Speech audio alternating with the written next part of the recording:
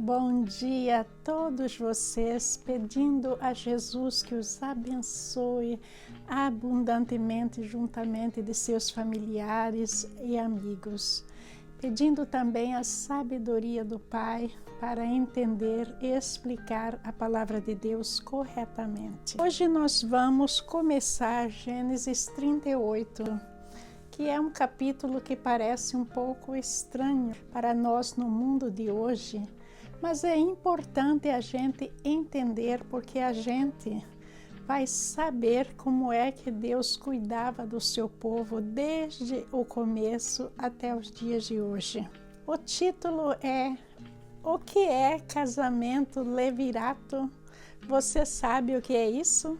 Não é da tribo de Levi, não, porque Levi significa cunhado. Então, é o casamento com o cunhado. Será que isso existe hoje em dia? Sim, existe até nos dias de hoje, mas nós vamos ver que o casamento com o cunhado no dia de hoje é muito diferente do casamento com o cunhado no tempo de Isaac e Jacó. Nessa época era algo requerido por Deus. Mas por que é que Deus requeria o casamento levirato? Esse casamento era quando a mulher se casava e ela ficava viúva. Então a mulher não poderia receber a herança do marido a menos que ela se casasse com o irmão do seu marido. Por quê? Porque Deus queria preservar a linhagem genealógica da família e com isso colocando a herança para que houvesse o interesse do povo em cumprir os seus mandamentos. Então esses casamentos ocorriam, mas as pessoas aceitavam por quê? Por causa do interesse na herança. E que tipo de herança era esse? Na maioria das vezes eram as terras.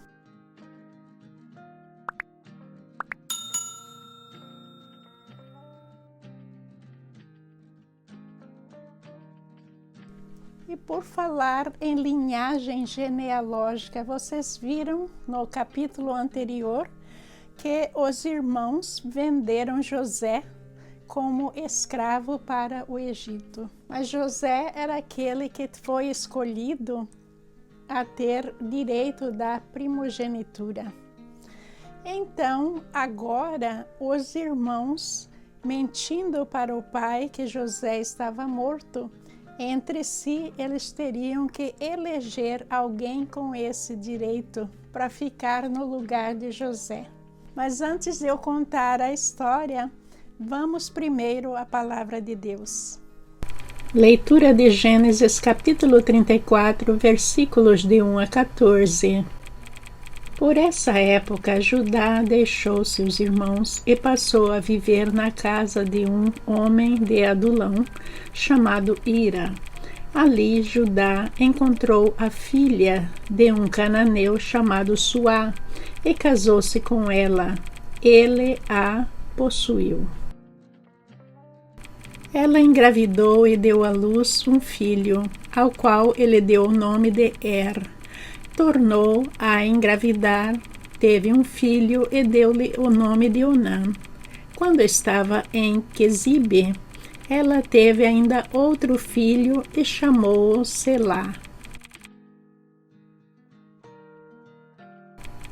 Judá escolheu uma mulher chamada Tamar para seu filho mais velho, mas o Senhor reprovou a conduta perversa de filho mais velho de Judá, e por isso o matou. Então Judá disse a Onã: case-se com a mulher do seu irmão, cumpra as suas obrigações de cunhado para com ela e dê uma descendência a seu irmão.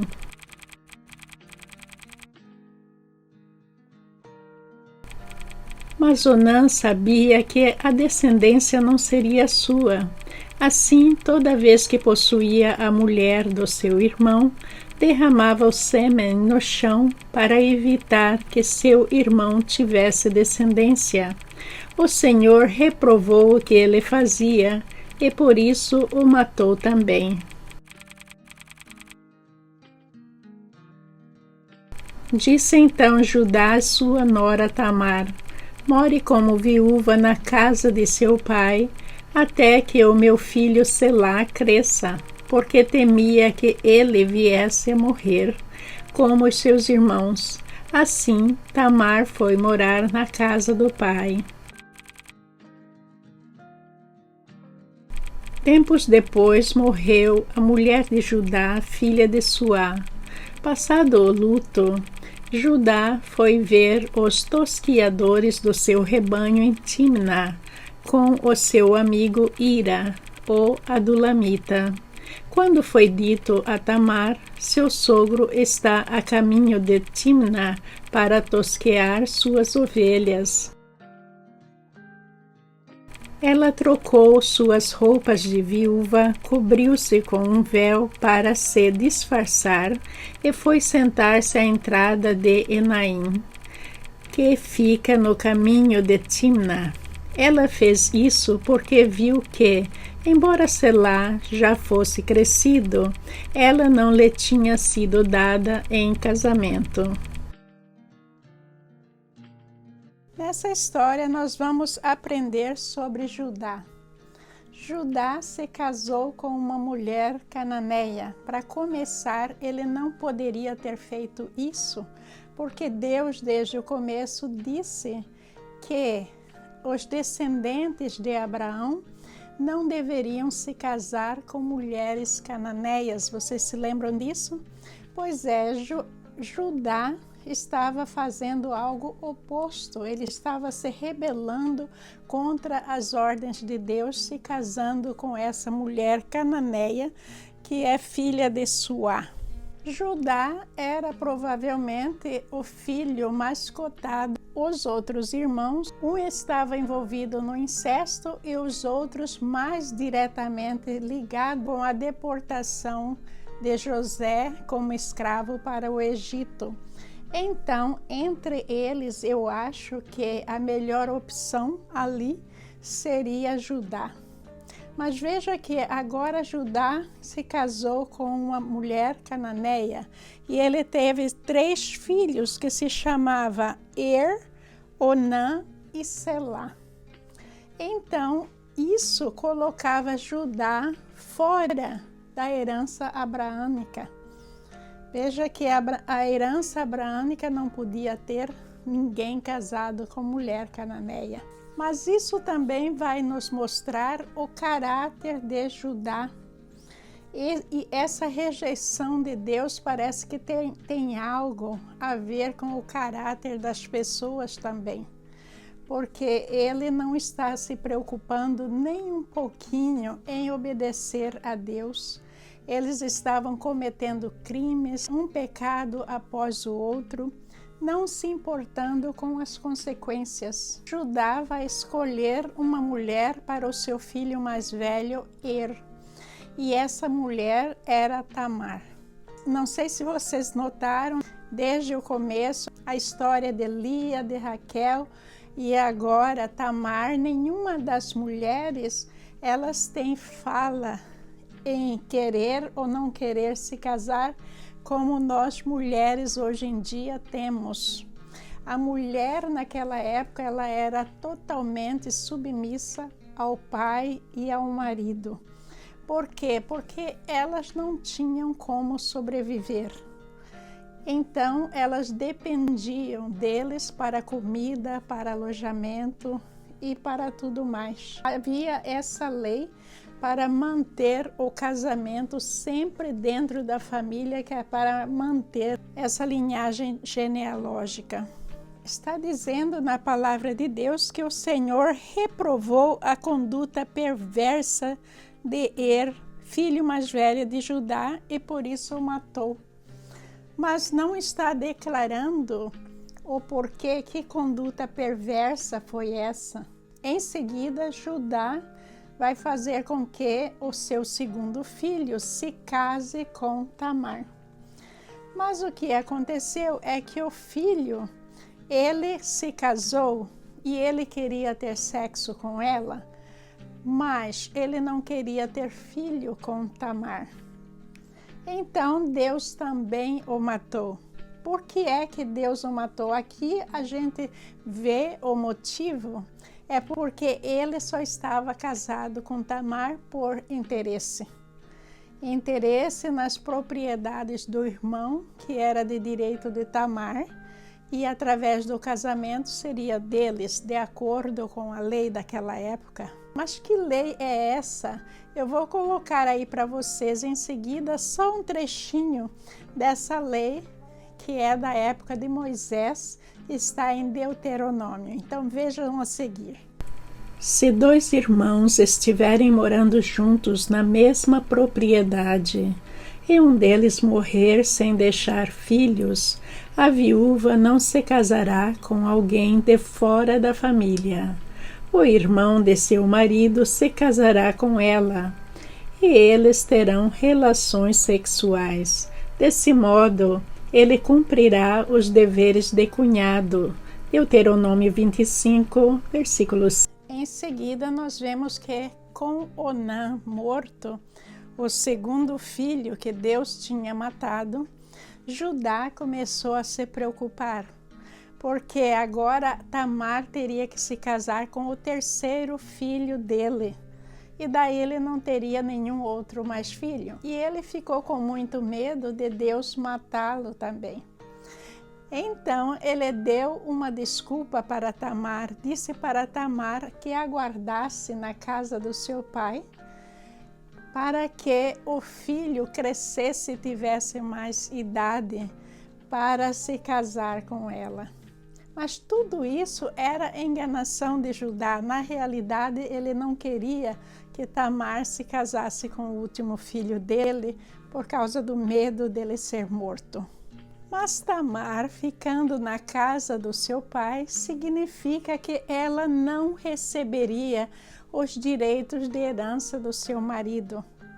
Ela teria ficado sem nada, porque voltaria sem nada para a casa dos pais, e os bens continuariam da família sob essa promessa. E com certeza o tempo foi passando. Aí, quando a esposa de Judá faleceu e ele ficou viúvo, Tamar viu uma oportunidade de enganá-lo para ter a oportunidade de receber a sua parte na herança. E é por isso que ela vai se vestir de véu, ela vai se camuflar para se apresentar a Jacó, para que algo se realize entre eles. É uma história um tanto diferente da nossa história no mundo atual. Mas veja que ainda existe muita trama envolvendo o casamento. Por que é que nós temos tantos divórcios, tantas brigas, tantas crianças abandonadas? É porque a maioria dos casamentos são por alguma forma de interesse. Não existe ali o amor verdadeiro. A mulher hoje em dia assumiu uma outra posição no mundo, ela tem mais liberdade, tem mais trabalho, ela pode trabalhar, ela pode cuidar dos seus filhos, ela pode ter posses. Veja como a mulher cresceu com a graça de Deus. Mas veja que nessa área do casamento as coisas ainda não estão bem arranjadas, porque desde o princípio haviam esses arranjos dentro do casamento para preservar a fortuna da família, para preservar a terra, para a linhagem genealógica. De certa forma, eu acho que as pessoas veem o casamento como uma transação puramente humana. Na realidade, o casamento da maneira que a gente tem hoje em dia é um casamento formado de acordo com a lei humana, para o bem-estar tanto da mulher quanto do homem. E de acordo com a Bíblia, vocês estão vendo aqui que Deus quer que a gente siga as leis. A gente tem que seguir a lei de Deus e a lei do homem. É por aí que a gente tem que entender. Agora, essa parte do casamento eu não vou entrar neste vídeo porque é muita coisa para se discutir. Então, nós vamos descobrindo à medida que o curso for caminhando, tá bom? A seguir, eu vou fazer os comentários do teste relâmpago sobre Gênesis 36, que foi fechado ontem. Não vão embora ainda, vamos ver os comentários, assim a gente aprende um pouquinho mais. 26 pessoas participaram, houveram 27 respostas, não estou entendendo bem isso, mas é o que está dizendo aí. Muitas pessoas dando bom dia, boa tarde, boa noite, bom dia, que Jesus te abençoe. Muitas deixaram o nome, nenhuma sugestão até o momento. E vamos continuar aqui. A segunda questão, que na verdade é a primeira pergunta, era sobre outro nome de Esaú, que é Edom. As 27 pessoas acertaram. Maravilhoso. O nome de Esaú foi mudado para Edom na Bíblia. E daí a terceira questão, como Deus abençoou Esaú? E a resposta correta é: Deus deu a ele os montes de Seir como propriedade. Glórias a Deus, todos acertaram corretamente essa questão. Apesar de Esaú não ser uma pessoa muito honesta, muito querida para Deus, Deus ainda o abençoou, como Deus faz com todos nós. Mesmo a gente às vezes não merecendo, as nossas bênçãos estão aí para nós.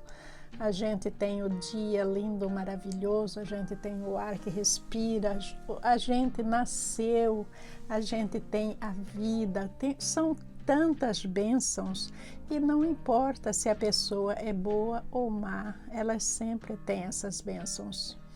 A outra questão, qual é o assunto principal deste capítulo? Essa questão a maioria respondeu corretamente, que é sobre a história da família de Esaú. E daí apenas 2 responderam que é sobre a vinda de Esaú a Seir. Isso não está errado, porém não é o assunto principal, porque Esaú realmente foi a Seir.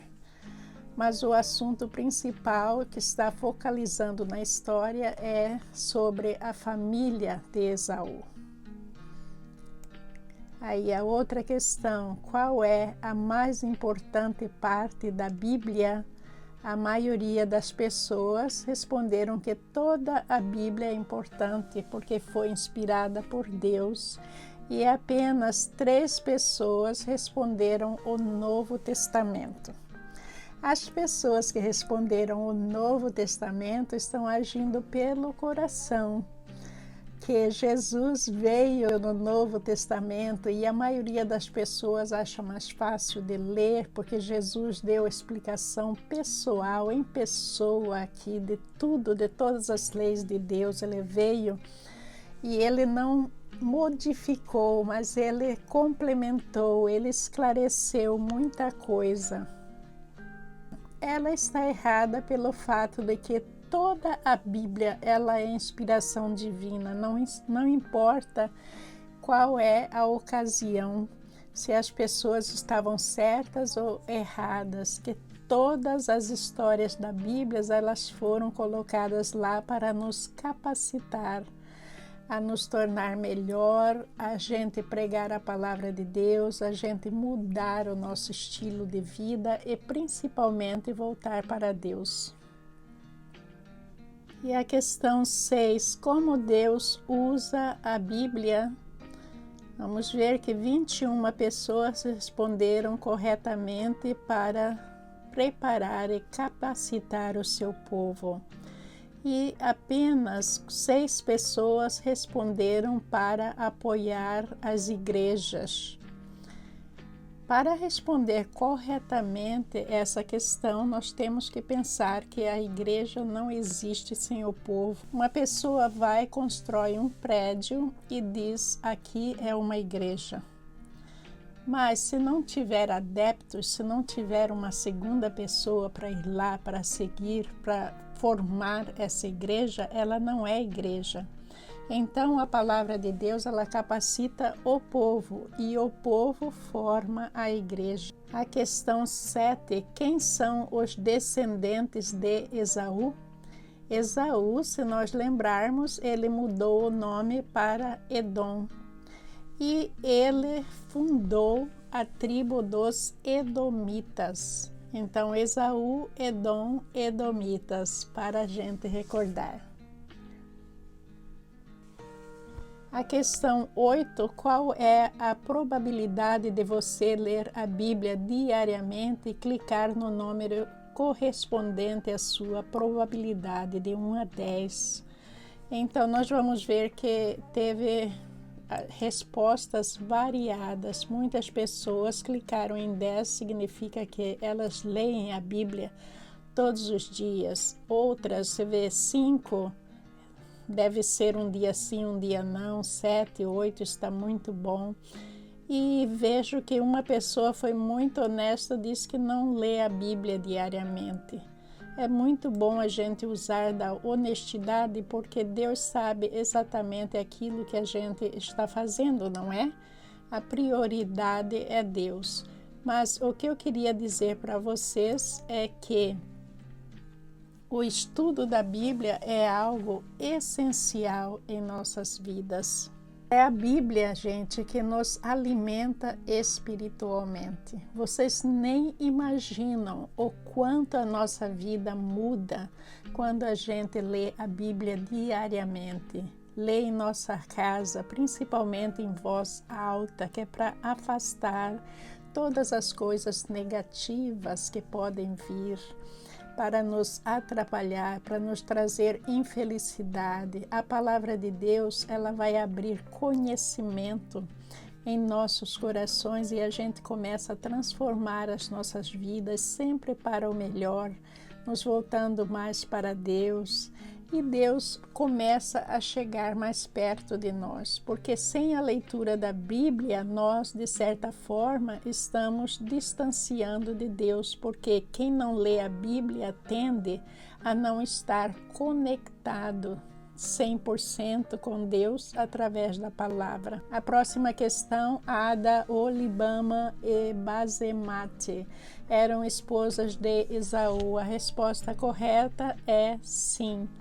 Somente uma pessoa respondeu que não, mas devem voltar novamente à palavra de Deus e verificar que essa questão está correta. A próxima questão, quando Esaú se separou de Jacó, ele foi para o Egito, sim ou não? A resposta correta é não. Nós sabemos que ele foi para Seir, que é a terra que Deus o deu. Eu agradeço a todos vocês que participaram do teste relâmpago. Eu vi o seu esforço, eu vi que muitos fizeram o teste 2, 3 vezes. Eu vi o empenho para aprender. Muitas pessoas ainda não participaram, mas aos poucos eu acho que as pessoas vão entendendo a necessidade da gente aprender a palavra de Deus. Principalmente vivendo esses dias tão difíceis. Está perto a vinda do nosso Senhor Jesus Cristo e a gente tem que se preparar. A nossa preparação deve ser a coisa mais importante para nós, que é aprender a sua palavra e aplicá-la em nossas vidas. Muito obrigada, meus irmãos. Um bom dia para todos vocês. Que Jesus nos abençoe, que jorre bênçãos de luz, de renovação sobre você e toda a sua família. Amém. Bom dia.